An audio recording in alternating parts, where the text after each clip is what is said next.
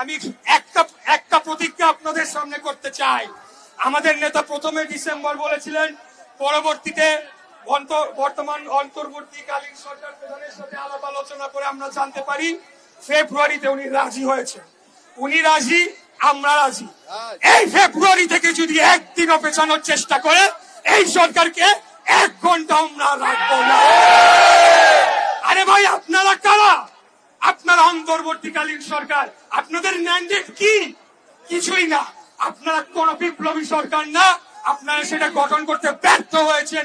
বর্তমান সংবিধানের আলোকেই আপনারা একটা সাংবিধানিক সরকার, সেটা সুপ্রিম কোর্টের রেফারেন্স নিয়ে গঠিত করা হয়েছে। অতএব এখন এসে যদি আপনারা সংবিধান পরিবর্তন করতে চান, পিআর পদ্ধতি করতে চান, এগুলা বাংলাদেশের জনগণ মানে না, মানবে না। পিআর পদ্ধতি মানে কি আমি জানবোই না, আমি কাকে ভোট দিচ্ছি, কিন্তু এমপি পাঠাই দিবে কেন্দ্র থেকে। এইসব বন্ধ করেন।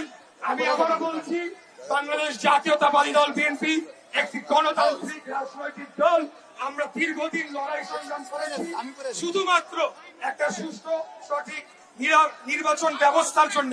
কেন এই নির্বাচন ব্যবস্থা? যাতে করে বাংলাদেশে যখন রাষ্ট্র ক্ষমতার পরিবর্তন হবে সেটা